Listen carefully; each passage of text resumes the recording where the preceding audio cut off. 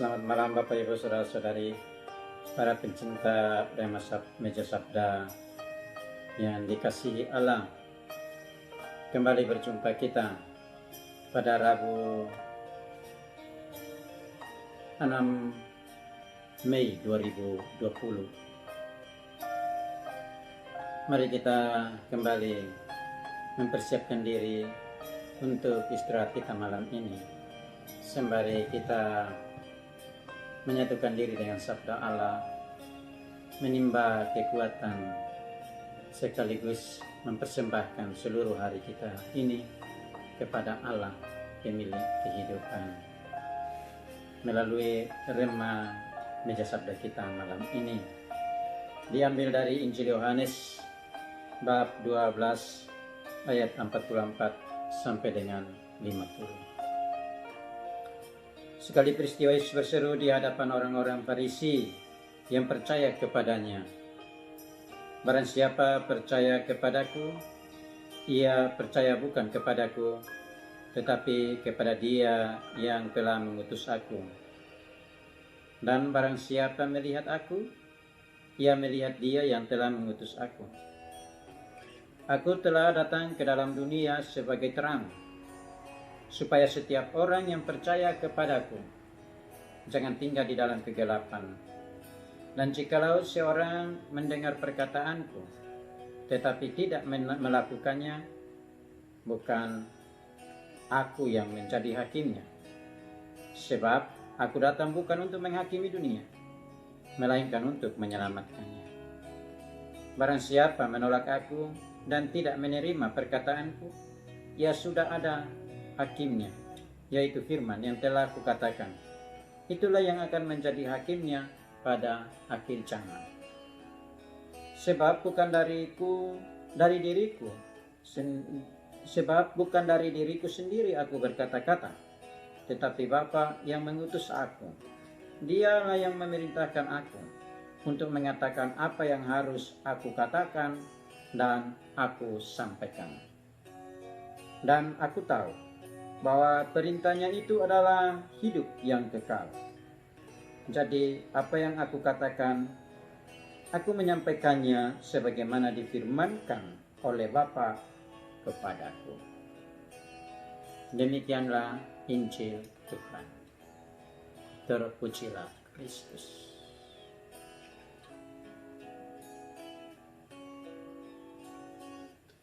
Dalam nama Bapa dan Putra dan Roh Kudus. Amin. Allah yang Maha Kuasa dan Kekal, sebelum kami beristirahat pada malam ini, kembali kami bersyukur kepadamu atas segala rahmat dan cinta yang Kau curahkan bagi kami sepanjang hari ini, yang selalu Engkau temani dan Kau sertai dengan sabdamu yang menggema dalam roh kami bersama Roh Kudus-Mu, yang menggerakkan kami untuk melakukan dan melaksanakan setiap aktivitas yang Kau percayakan kepada kami sesuai dengan talenta dan kecakapan kami masing-masing. Kini kami mau menerima rema sabda dari meja sabdamu. Semoga rema sabda dari meja sabda ini meneguhkan iman kami, menguatkan kami, dan membawa kami untuk mengalami istirahat malam ini dalam sukacita dan damai.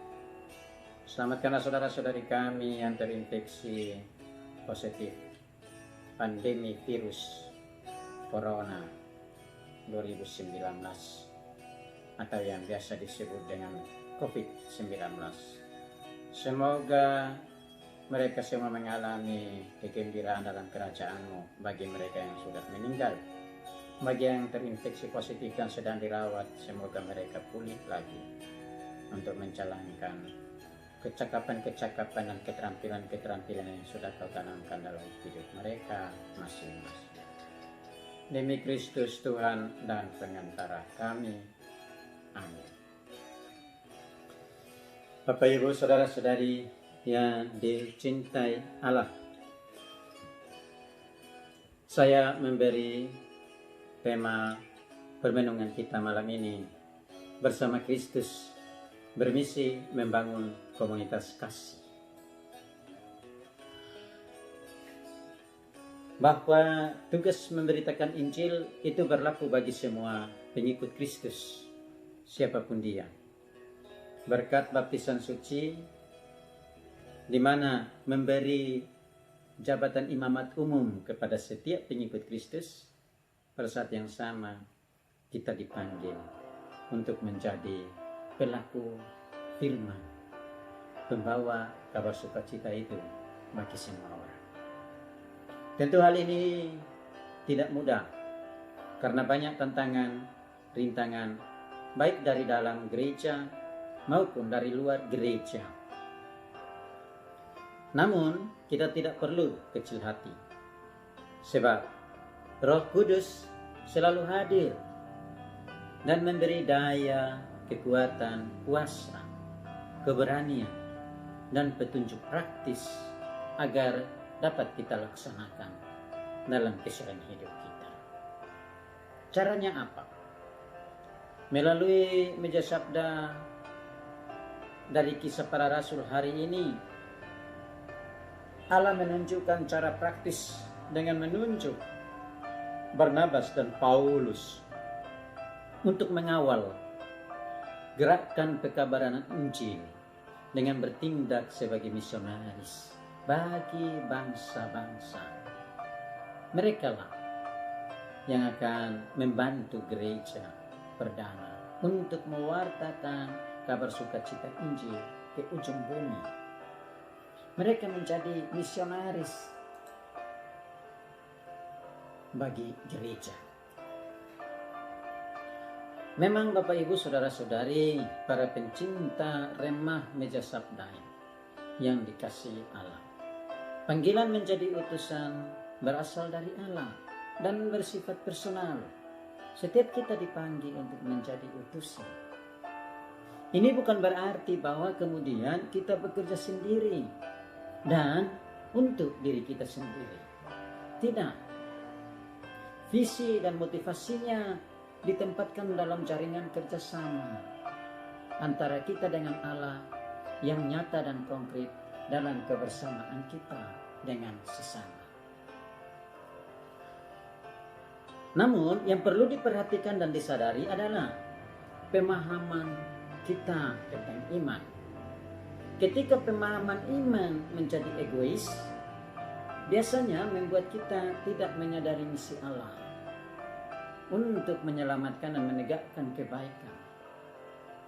Biasanya tuntutan kita tinggi, seolah-olah apa yang kita buat itu sudah menyelamatkan. Karena itu maka ada kecenderungan bahwa orang akan cenderung mengumpat karena melihat kekurangan sesamanya saja. Karya pewartaan Injil tidak seperti itu. Karya pewartaan Injil mengajak kita agar melakukan segala-galanya dengan tulus, dalam cinta, dan dibarengi dengan kerendahan hati dan kelembutan hati. Maka kalau kita yang menyatakan diri sebagai pengikut Kristus jatuh di dalam egoisme iman ini, pada akhirnya kemuliaan kerajaan Allah yang mestinya menjadi genggaman kita lalu diangkat atau diambil dari kita. Karena itu maka Injil hari ini mengajak kita untuk menebarkan cahaya dan terang kasih Allah. Yesus mengatakan, aku datang sebagai terang. Kalau begitu, kita-kita yang sudah percaya kepada Dia dan menjadi pengikutnya, mestinya kemudian memiliki karakter yang sama, yaitu menjadi cahaya dan pembawa terang kasih bagi sesama. Caranya apa? Pertama, percaya dan mengaku Yesus sebagai anak manusia yang dimuliakan Bapa di atas kayu salib dan dibangkitkan dari antara orang mati. Keilahian Yesus dinyatakan di sini. Kasih-Nya mengalahkan kejahatan. Kedua, tawaran kasih filial disampaikan kepada Yesus.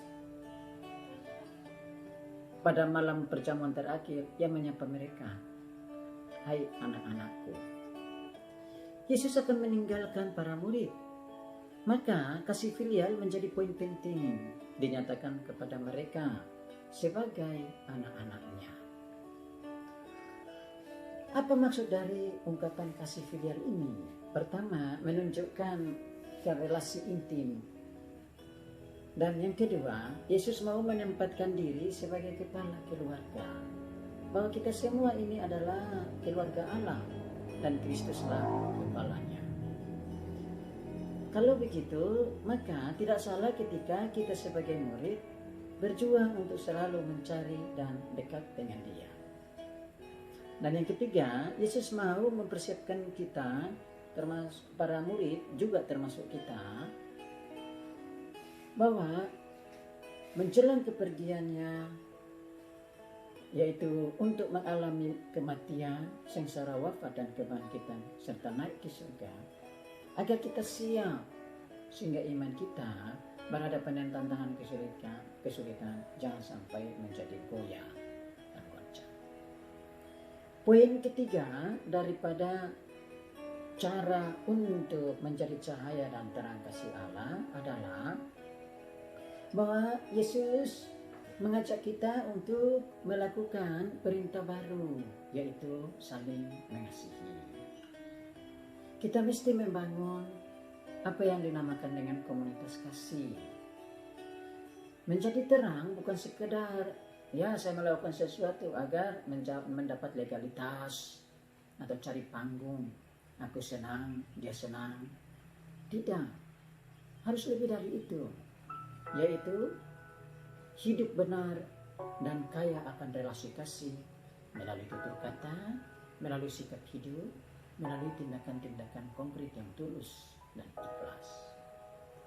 Karena alasan-alasan inilah, maka tema-tema kesatuan Bapa dan dirinya, yaitu Kristus, atau Kristus adalah terang dunia dan Ia datang untuk menyelamatkan dunia, menguasai Injil hari ini. Dan kita diajak untuk mengikuti jejaknya. Tentu sulit, tetapi bersama salib Kristus kita akan keluar untuk membawa cahaya dan terang kasih itu kepada sesama.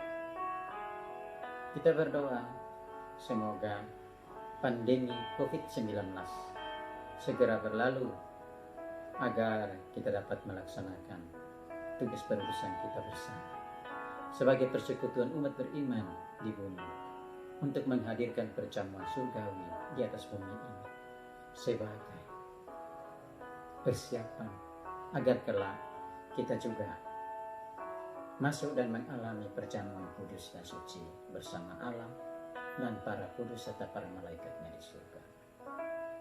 Allah menolong kita dalam nama Bapa dan Putra dan Roh Kudus.